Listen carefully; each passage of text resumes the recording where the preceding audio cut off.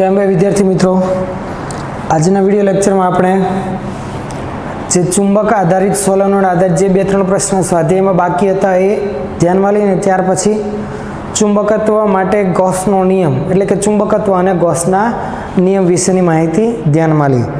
ચાલો, કયો સ્વાધ્યાયનો દાખલો આપણે આવેલા હતા જે ચુંબક આધારિત છે? તો 5.8ની ગણતરી આપણે કરી લીધેલી છે સ્વાધ્યાયની. આજે આપણે સ્વાધ્યાયનો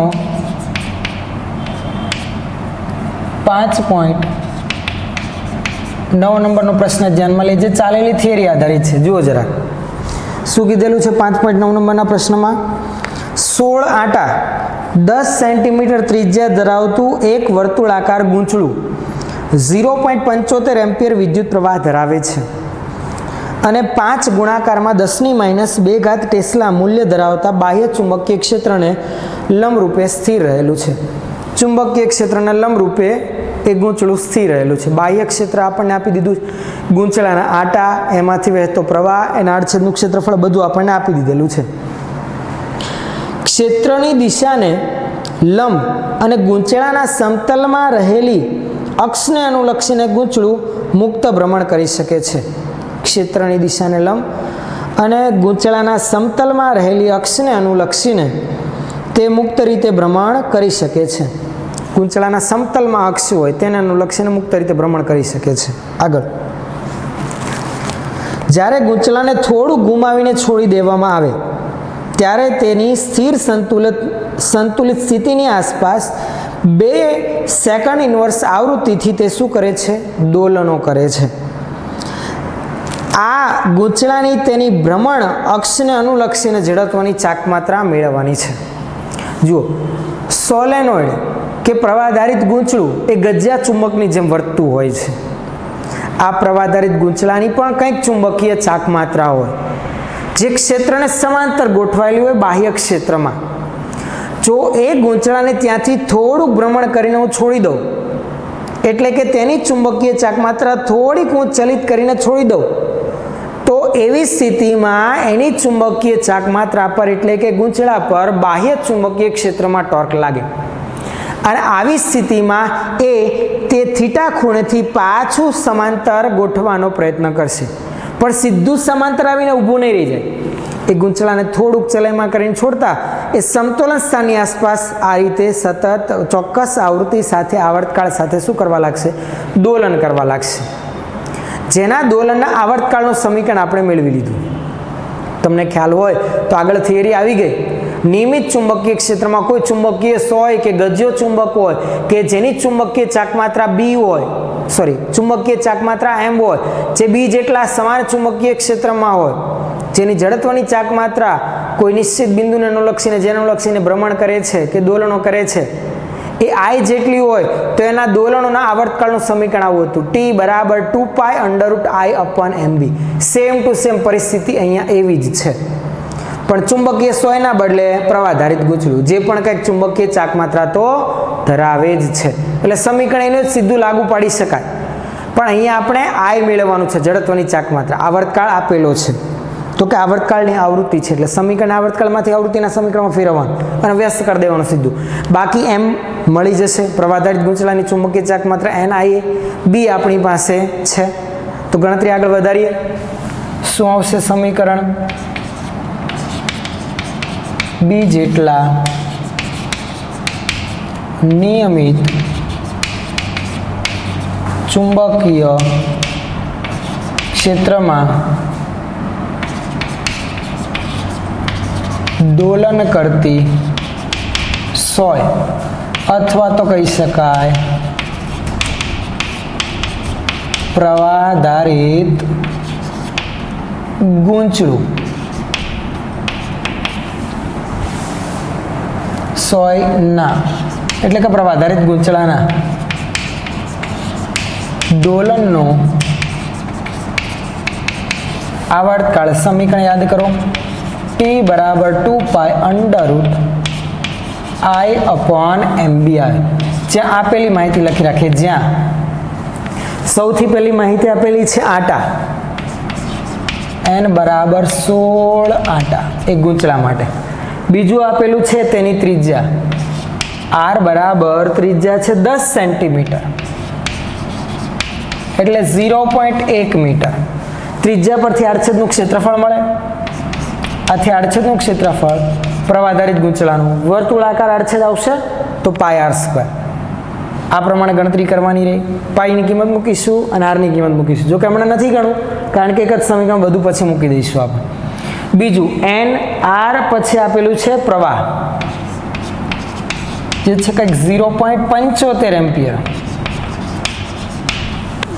હા 0.75 એમ્પિયર. બીજું ચુંબકીય ક્ષેત્ર બી જે આપેલ છે 5 ગુણાકારમાં 10⁻² ટેસ્લા. જો બી છે એમ મળી જશે એના એ પરથી. આઈ મેળવવાનું છે ને આવર્તકાળના બદલે આવૃત્તિ આપેલ છે દોલનની આવૃત્તિ એફ જે છે 2 સેકન્ડ ઇનવર્સ અથવા તો 2 હર્ટ્ઝ એમ પણ લખાય. આટલું આપણને આપી દીધેલું છે. આઈ મેળવવા માટે આપણે પહેલા આવૃત્તિનું સમીકરણ મેળવ્યું કેમ કે આવર્તકાળ નથી આવૃત્તિ છે તો પહેલા આના પરથી આવૃત્તિ મેળવી માટે આમ લખી શકાય આવૃત્તિ f બરાબર 1/t. વ્યસ્ત કરું તો 1/2 પાઈ બધો અંશ છેદમાં છેદ અંશમાં mb ના છેદમાં શું આવી જાય i મેળવવું છે પણ i ને પહેલા વર્ગમૂળમાંથી બહાર કાઢી એટલે બંને બાજુ શું કરીએ વર્ગ તો આવું થશે. જુઓ f² બરાબર 1/4 પાઈ સ્ક્વેર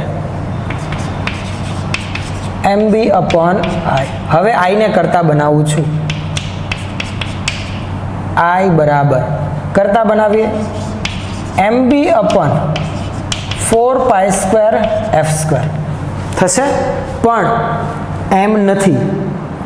ગૂંચળાની ચુંબકીય ચાક માત્રા નથી આપેલી પણ સમીકરણ ખબર છે પ્રવાહ-આધારિત ગૂંચળાની ચુંબકીય ચાક માત્રા NIA n આટા હોય તો લખી રાખીએ જ્યાં m બરાબર NIA.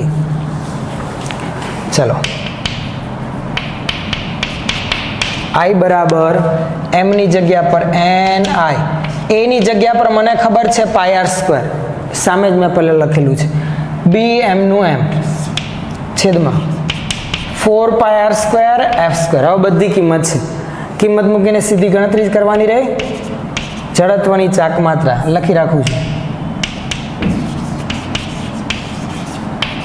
જડત્વની ચાક માત્રા જે મેળવવાની હતી i બરાબર n છે 16 i છે 0.75 પછી આ પાઈ છે 3.14 બીજું r², r ત્રિજ્યા 0.1 એનો વર્ગ.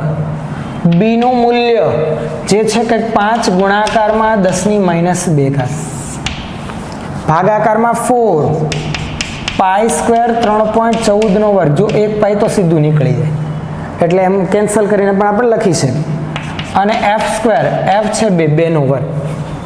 કેલ્ક્યુલેટરમાં મિત્રો ગણતરી કરશો ને તો આનો કંઈક આન્સર આ પ્રમાણે આવે છે.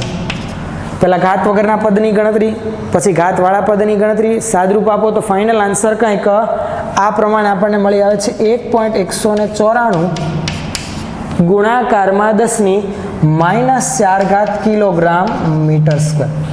આને હું આમ લખી શકું લગભગ 1.2 ગુણાકારમાં 10⁻⁴ કિલોગ્રામ મીટર સ્ક્વેર. જડત્વની ચાક માત્રાનો એકમ તમને ખબર છે કિલોગ્રામ મીટર સ્ક્વેર તો આન્સર આપણો આ આવશે. ક્લિયર છે? વેરીફાઈ કરી રાખવું તમારા આન્સર સાથે આન્સર આવે છે કે નહીં તે. કદાચ ગણતરીમાં નાની મોટી મિસ્ટેક થઈ હોય તો ખાસ વિડીયો સ્ટોપ કરીને આટલું નોંધી રાખશો. આના પછી હજુ એક પ્રશ્ન જે ગજિયા ચુંબક આધારિત છે તે આપણે જોઈએ. 5.9 નંબર પછીનો પ્રશ્ન જે છે આપણો 5.12 નંબરનો. જો બીજા જે વચ્ચેના પ્રશ્નો છે એક એક પૃથ્વીના ચુંબકત્વ આધારિત છે જે આપણે પછીથી જોઈશું કેમ કે થિયરી આપણી ચાલવાની બાકી છે. તો સ્વાધ્યાયનો 5.12 નંબરનો પ્રશ્ન જુઓ. શું છે 5.12 નંબરનો પ્રશ્ન? એક નાના ગજિયા ચુંબકની magnetic moment 0.48 joule tesla inverse આપણને આપી દીધેલી છે. ચુંબકના કેન્દ્રથી 10 સેન્ટીમીટર અંતરે ચુંબકની અક્ષ પર અને બી તેની વિષુવરેખા પર એટલે કે તેના લંબ દ્વિભાજક પર ચુંબક વડે ઉત્પન્ન થયેલા ચુંબકીય ક્ષેત્રની દિશા અને મૂલ્ય આપણે જણાવવાનું છે. પહેલી ગણતરી છે ચુંબકની અક્ષ પર ચુંબકીય ક્ષેત્ર અને બીજી છે તેની વિષુવરેખા પર. નાનું ગજિયું ચુંબક છે. નાના ગજિયા ચુંબક માટે ખબર છે અક્ષ પર ચુંબકીય ક્ષેત્ર μ0.4πm/r³ અને વિષુવરેખા માટે અક્ષ માટે 2m/r³ અને વિષુવરેખા માટે m/r³. પણ મૂલ્ય સાથે દિશા પણ. તો ખાસ પહેલી ગણતરી એ માટે આપણે નોંધ લઈ રાખીએ. પહેલા તો એ ગજિયા ચુંબકની મેગ્નેટિક મોમેન્ટ નોંધી રાખીએ. આપેલ ગજિયા ચુંબકની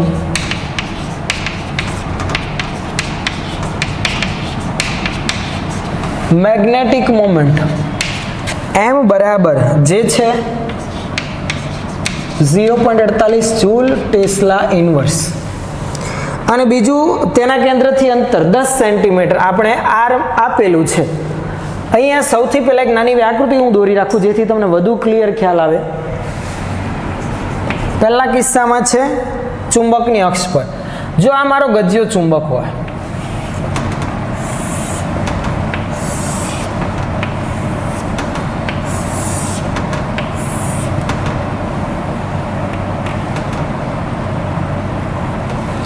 અને આ ગજિયા ચુંબકની અક્ષ છે. આ ગજિયા ચુંબકનું સેન્ટર, આ ગજિયા ચુંબકની અક્ષ. અક્ષ પરના બિંદુ આગળ ચુંબકીય ક્ષેત્ર ધારો કે P બિંદુ અહીંયા છે. આ કેન્દ્રથી આ r અંતર જ્યાં r બરાબર આપણને આપી દીધેલું છે 10 સેન્ટીમીટર અંતરે આવેલું બિંદુ. આ P બિંદુ પાસે ચુંબકીય ક્ષેત્ર મેળવવાનું છે. આ ગજિયા ચુંબકની ચુંબકીય ચાકમાત્રા m ધારો કે આ દિશામાં છે એટલે અહીંયા ચુંબકનો s ધ્રુવ અને અહીંયા એનો n ધ્રુવ છે. P બિંદુ પાસે ચુંબકીય ક્ષેત્રની દિશા તો કે અક્ષ પરના બિંદુ આગળ ચુંબકીય ક્ષેત્રની દિશા મેગ્નેટિક મોમેન્ટની દિશામાં જ હોય એટલે આ દિશામાં આપણને મળશે. સમજણ પડે છે? મૂલ્ય સમીકરણ પરથી આપણને મળશે. લખી રાખીએ. નાના ગજિયા ચુંબકની અક્ષ પર કેન્દ્રથી r બરાબર 10 સેન્ટીમીટર એટલે કે 0.1 મીટર અંતરે આવેલ P બિંદુ આગળ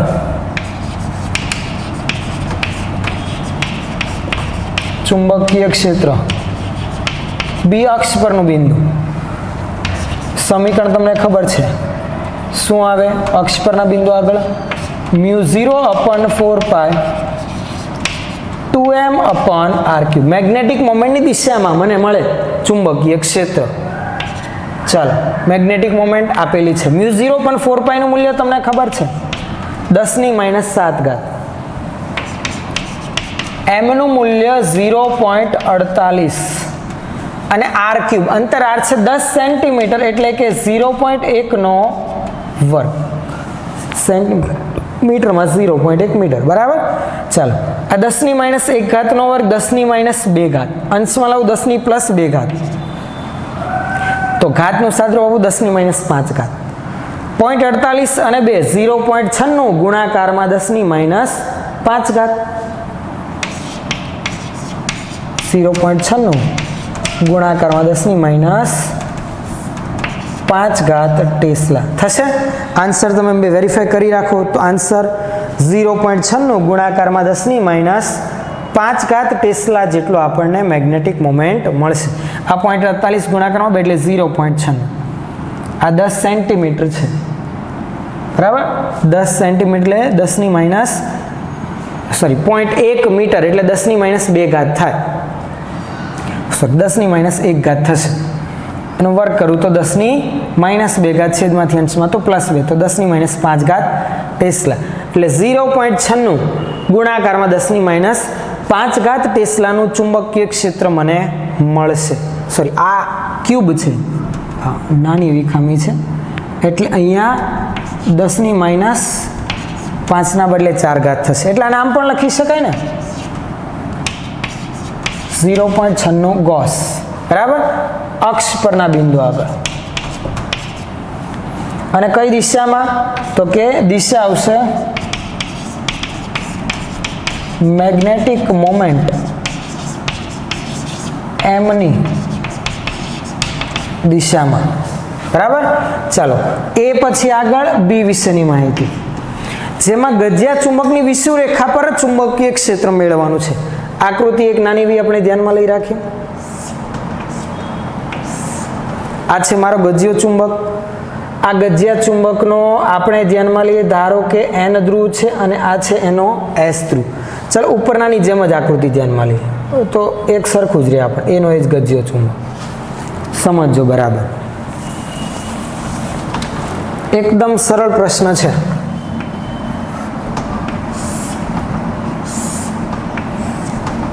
અહીંયા તેનો s ધ્રુવ, અહીંયા તેનો n ધ્રુવ. આ ગજિયા ચુંબકનું સેન્ટર, એની વિષુવરેખા એટલે કે તેનો લંબ દ્વિભાજક એટલે કે કેન્દ્રમાંથી પસાર થતી અક્ષને લંબ એવી રેખા આ, જેના કેન્દ્રથી r બરાબર 10 સેન્ટીમીટર અંતરે આવેલા આ બિંદુ પાસે ચુંબકીય ક્ષેત્ર મેળવવાનું છે. ધારો કે એ બિંદુ છે અહીંયા, જેને પણ હું p વડે જ દર્શાવું.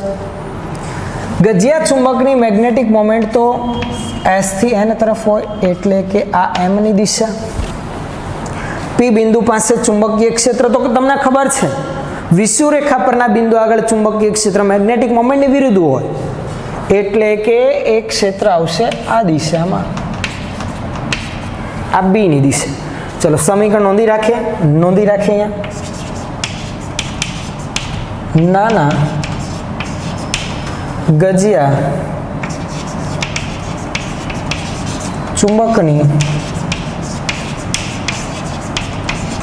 વિષુવરેખા પર ચુંબકીય ક્ષેત્ર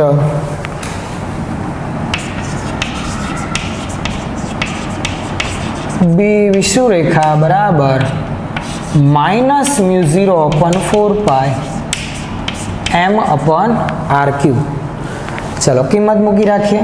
ઋણ નિશાની તો આગળ છે જ, 10⁻⁷ μ0/4π ની કિંમત. m નું મૂલ્ય આપેલું છે 0.48 અને આ r³ 0.1 નો ઘન, તો 0.48 ગુણાકારમાં 10⁻⁴.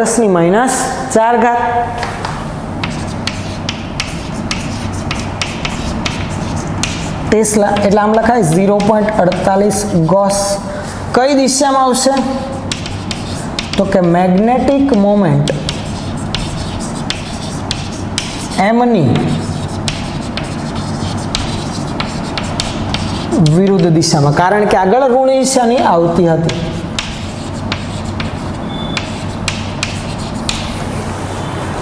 બરાબર છે. અહીંયા ઋણ નિશાન હમણાં સાથે રાખું છું, અથવા હું આને આમ પણ લખી શકું. અહીંયા ઋણ નિશાની રાખીને મેગ્નેટિક મોમેન્ટ m ની દિશામાંનો એકમ સદિશ m કેરેટ m પણ લખીએ.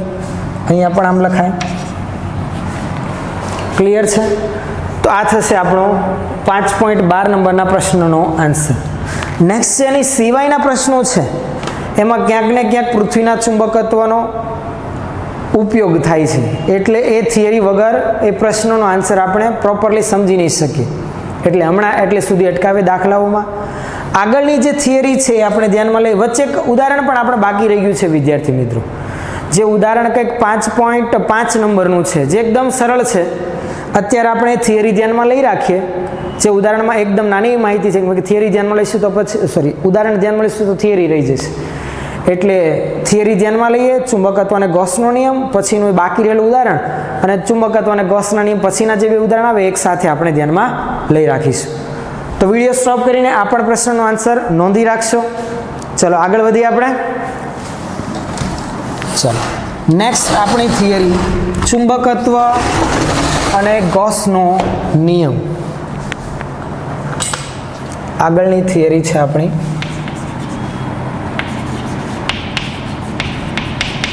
ચુંબકત્વ અને ગૌસનો નિયમ. શું આવશે ચુંબકત્વ અને ગૌસનો નિયમ? મિત્રો ગૌસનો નિયમ તો આપણે કંઈક ભણીને આવ્યા. શેના વિશેની માહિતી આપણે જરાક વિચારો. ગોસનો નિયમ યાદ કરો. ગોસનો નિયમ કંઈક ફ્લક્સની માહિતી આપતો હતો. કંઈક આવું હતું, કોઈ પણ બંધ પૃષ્ઠ સાથે સંકળાયેલું વિદ્યુત ફ્લક્સ પૃષ્ઠ વડે ઘેરાતા કુલ વિદ્યુતભાર Q અને એપ્સિલોન 0 ના ગુણોત્તર જેટલું હોય કે એનું સમીકરણ આવું હતું વિદ્યુત માટે ગોસનો નિયમ. જો સમીકરણ એ નોંધી રાખું છું, ગોસનો આમ લખતા હતા યાદ હોય તો, સમગ્ર પૃષ્ઠ પરનું પૃષ્ઠ સંકલન E ડોટ dA બધા જ પૃષ્ઠખંડો માટે બરાબર સમેશન Q ના છેદમાં એપ્સિલોન 0 આ રીતે નોંધતા હતા વિદ્યુત માટે ગોસનો નિયમ. જો પૃષ્ઠખંડ એકદમ નાનું હોય તો આમ લખતા હતા સમગ્ર બંધ પૃષ્ઠ પરનું પૃષ્ઠ સંકલન E ડોટ, અહીંયા dA ના બદલે ડેલ્ટા આવે. ચાલો એકદમ સૂક્ષ્મ લઈએ તો આ ડેલ્ટા એ બની જાય dA, તો E ડોટ dA બરાબર સમેશન Q ના છેદમાં એપ્સિલોન 0. આવું વિદ્યુત માટેનો ગોસનો નિયમ ભણી ગયા. આ જે પદ હતું એ શું હતું? બંધ પૃષ્ઠ સાથે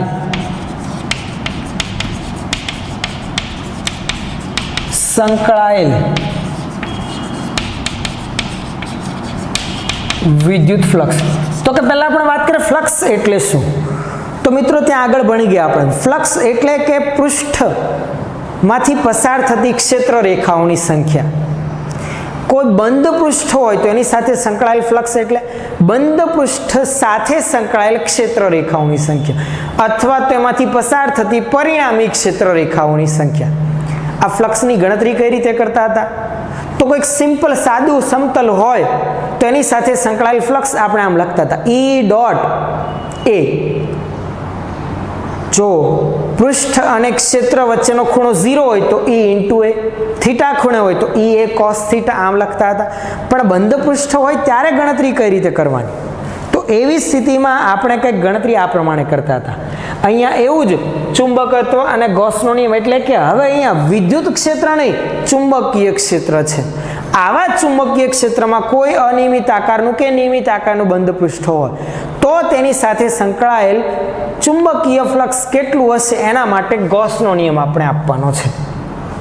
ચલો સૌથી પહેલા તો હું શું ધ્યાનમાં લઈ રાખું? એક વિદ્યુત ક્ષેત્ર ચુંબકીય ક્ષેત્ર. અહીંયા ચુંબકત્વ માટે ગોસનો નિયમ ધ્યાનમાં લેવાનો છે. તો સમજો, ધારો કે આ છે આપણું ચુંબકીય ક્ષેત્ર.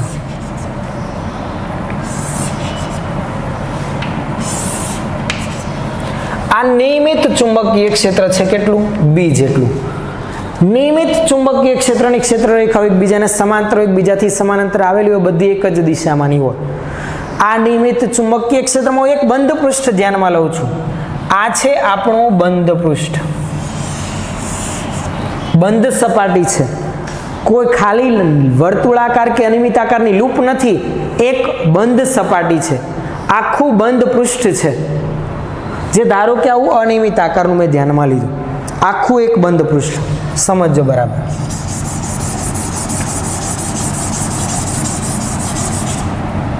આખું બંધ પૃષ્ઠ.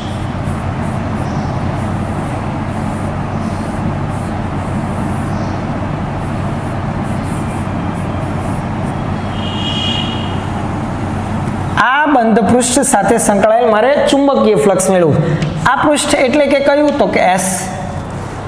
એની સાથે સંકળાયેલ ચુંબકીય ફ્લક્સ કઈ રીતે મળે? તો સૌથી પહેલા શું કરવાનું મિત્રો? આવા કોઈ અનિયમિત આકારના બંધ પૃષ્ઠ સાથે સંકળાયેલ ફ્લક્સ મેળવવું હોય તો સૌથી પહેલા આમાંના નાના એવા ખંડ સાથે સંકળાયેલ ચુંબકીય ફ્લક્સ મેળવવાનું. નાના એવા પૃષ્ઠખંડ સાથે સંકળાયેલ ચુંબકીય ફ્લક્સ કેટલું? તો કે વિદ્યુતના કિસ્સામાં આપણે આમ લખતા હતા નાના એવા પૃષ્ઠખંડ સાથે સંકળાયેલ કુલ વિદ્યુત ફ્લક્સ કે નાના એવા ખંડ સાથે સંકળાયેલ ફ્લક્સ ડેલ્ટા ફાઈ બરાબર યાદ હોય તો E ડોટ ડેલ્ટા S આમ નોંધતા હતા વિદ્યુતના કિસ્સામાં. ચુંબકના કિસ્સામાં શું આવશે? ચુંબકત્વના કિસ્સામાં વિદ્યુત ક્ષેત્રના બદલે ચુંબકીય ક્ષેત્ર એટલે કે આવું ફેરફાર થઈ જાય. ડેલ્ટા ફાઈ બરાબર B ડોટ ડેલ્ટા S. આ ડેલ્ટા S નાનો શું આવશે? પૃષ્ઠખંડ. તો આમાં હું એક એવો નાનો એવો પૃષ્ઠખંડ ધ્યાનમાં લઉં. ચાલો ધારો કે નાનો એવો પૃષ્ઠખંડ અહીંયા છે. આ નાનો પૃષ્ઠખંડ છે મારો ડેલ્ટા S. જેનો ક્ષેત્રફળ સદિશ કંઈક આ દિશામાં છે, એના ક્ષેત્રફળ સદિશને આપણે પૃષ્ઠને લંબ રૂપે દર્શાવતા હોય. ધારો કે એની દિશાનું n કેરેટ વડે દર્શાવું છું. ચુંબકીય ક્ષેત્ર એ પૃષ્ઠખંડ પાસે આ દિશામાં છે. ધારો કે પૃષ્ઠખંડ પાસે ચુંબકીય ક્ષેત્ર બી જેટલું છે. જો કે નિયમિત ચુંબકીય ક્ષેત્ર બી જેટલું આપણે ધ્યાનમાં લઈ જ લીધેલું છે, એટલે કોઈ પણ પૃષ્ઠખંડ પાસે બી જેટલું જ હોવાનું છે. હવે આ નાના એવા પૃષ્ઠખંડ ડેલ્ટા એસ સાથે સંકળાયેલ ફ્લક્સ કેટલું, તો કે નોંધી રાખી, નાના પૃષ્ઠખંડ ડેલ્ટા એસ સાથે સંકળાયેલ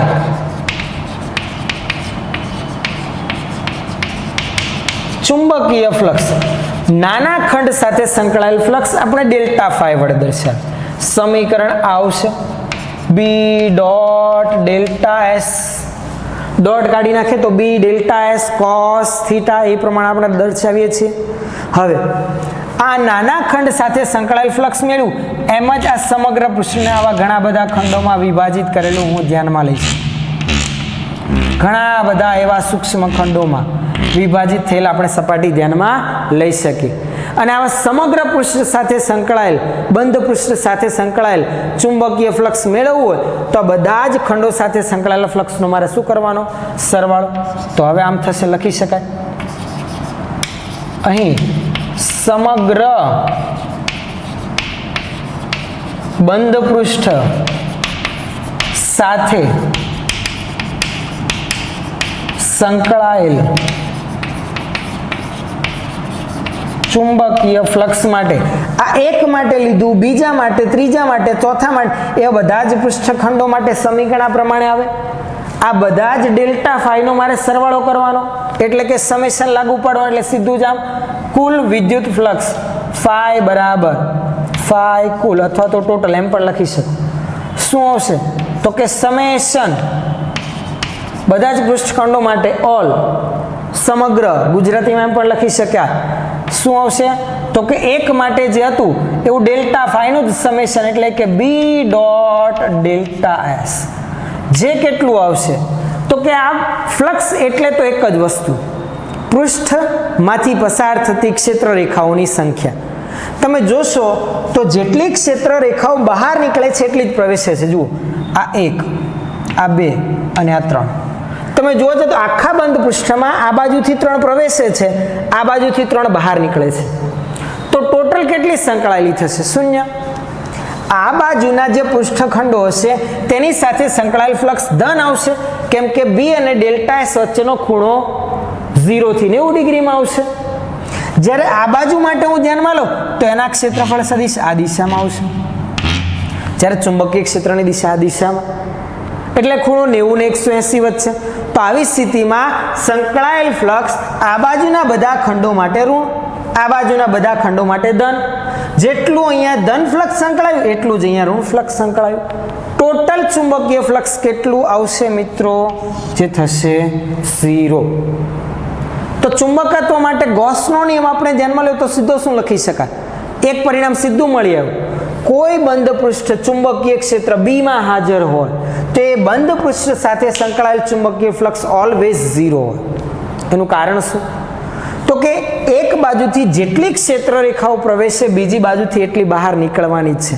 તો કે વિદ્યુતના કિસ્સામાં પણ આવું જ હતું ને. કોઈ બંધ પૃષ્ઠ નિયમિત વિદ્યુત ક્ષેત્રમાં ધ્યાનમાં લો તો એમાં પણ 0 જ આવે. તો એમાં કેમ આવું સમીકરણ આવતું હતું? મિત્રો, એની પાછળનું કારણ એક એ હતું કે ત્યાં કોઈ બિંદુવત વિદ્યુતમાં સ્વતંત્ર અસ્તિત્વ ધરાવતો હતો, જ્યારે ચુંબકત્વના કિસ્સામાં કોઈ સ્વતંત્ર ધ્રુવ અસ્તિત્વ ધરાવતો નથી. એટલે એન કે એસ ધ્રુવ સ્વતંત્ર છૂટો પાડી શકાય નહીં.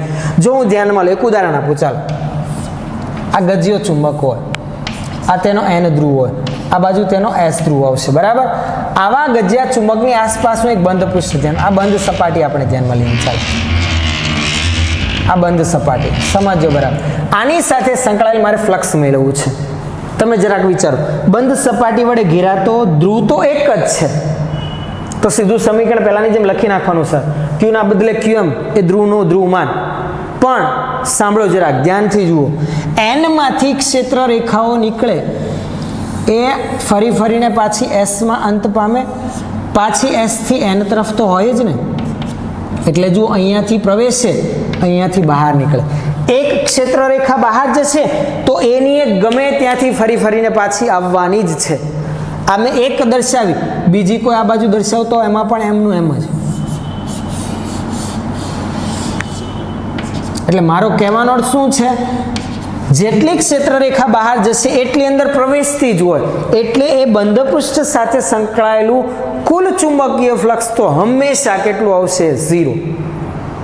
કોઈ પણ બંધ પૃષ્ઠ ગમે તેવા આકારનું ચુંબકીય ક્ષેત્રમાં ધ્યાનમાં લઈએ તો હંમેશા એની સાથે સંકળાયેલ ચુંબકીય ફ્લક્સ કેટલું આવે? 0 જ આવે. જમણી બાજુની જે પદ અહીંયા વિદ્યુતના કિસ્સામાં સમેશન Q અપન એપ્સિલોન 0 લખતા હતા, એ ચુંબકત્વના કિસ્સામાં હંમેશા 0 જ આવે. હંમેશા યાદ રાખજો, ભાર મૂકીને. કોઈ પણ પરિસ્થિતિ હોય, ચુંબકીય ક્ષેત્ર હોય તો એ ચુંબકીય ક્ષેત્રમાં કોઈ બંધ પૃષ્ઠ સાથે સંકળાયેલ ચુંબકીય ફ્લક્સ હંમેશા કેટલું આવે? 0. જો આ પૃષ્ઠકણો એકદમ નાનો લગભગ 0 ની નજીકનો, તો આ સમીકરણને હું આમ પણ લખી શકું, કુલ વિદ્યુત ફ્લક્સ φ બરાબર સંકલન સ્વરૂપે સમગ્ર બંધ પૃષ્ઠ પરનું, એટલે કે આમ લખી શકાય સમગ્ર બંધ પૃષ્ઠ પરનું પૃષ્ઠ સંકલન B ડોટ, હવે ડેલ્ટા S ના બદલે ds બરાબર 0. આ સમીકરણ એ શું બનશે? ચુંબકત્વ માટે ગૌસનો નિયમ. ચુંબકત્વ માટે ગૌસનો નિયમ આ, વિદ્યુતના કિસ્સામાં ગૌસનો નિયમ આ નાના એવા ખંડ માટે, બાકી આ થોડાક મોટી સાઈઝના સૂક્ષ્મ એવા ખંડ માટે આ, એકદમ સૂક્ષ્મ ખંડ માટે એ જ સરવાળો સમેશનના બદલે સંકલનમાં પરિણામ, બીજો કોઈ ફેરફાર આવતો નથી. જે હતું આટલું બંધ પૃષ્ઠ દ્વારા ઘેરાતો કુલ વિદ્યુત ભાર અને એપ્સિલોન 0 ના ગુણોત્તર જેટલું. અહીંયા આપણે વિચારે બંધ પૃષ્ઠ દ્વારા ઘેરાતા ધ્રુવમાન, તો કે એક ધ્રુવમાનને પણ ઘેરાતું હોય ને, તો કે એમાંથી જે ક્ષેત્ર રેખા નીકળે એ તો પાછી ફરી ફરીને આવવાની જ હોય, કારણ કે એ એક ધ્રુવ સ્વતંત્ર અસ્તિત્વ ધરાવતો નથી. જો ટુકડા કરતા માત્ર n ધ્રુવ મળતો હોત તો બિંદુવત વિદ્યુત ભારની જેમ એ n ધ્રુવમાંથી ક્ષેત્ર રેખા બહાર નીકળે તો ત્યાં સમીકરણમાં Q ના બદલે QM આવતું હોત, એવું હોત, પણ સ્વતંત્ર ધ્રુવ અસ્તિત્વ ધરાવતો નથી. આ કારણોથી હંમેશા બંધ પૃષ્ઠ સાથે સંકળાયેલ ચુંબકીય ફ્લક્સ હંમેશા કેટલું આવે? 0 જ આવે. વિધાન સ્વરૂપે લખવું તો આ રીતે લખી શકાય, કોઈ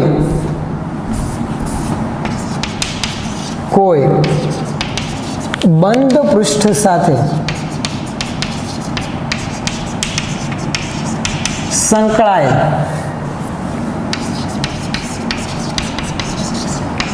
પરિણામી ચુંબકીય ફ્લક્સ અથવા તો બંધ પૃષ્ઠમાંથી પસાર થતું એમ પણ લખી શકો.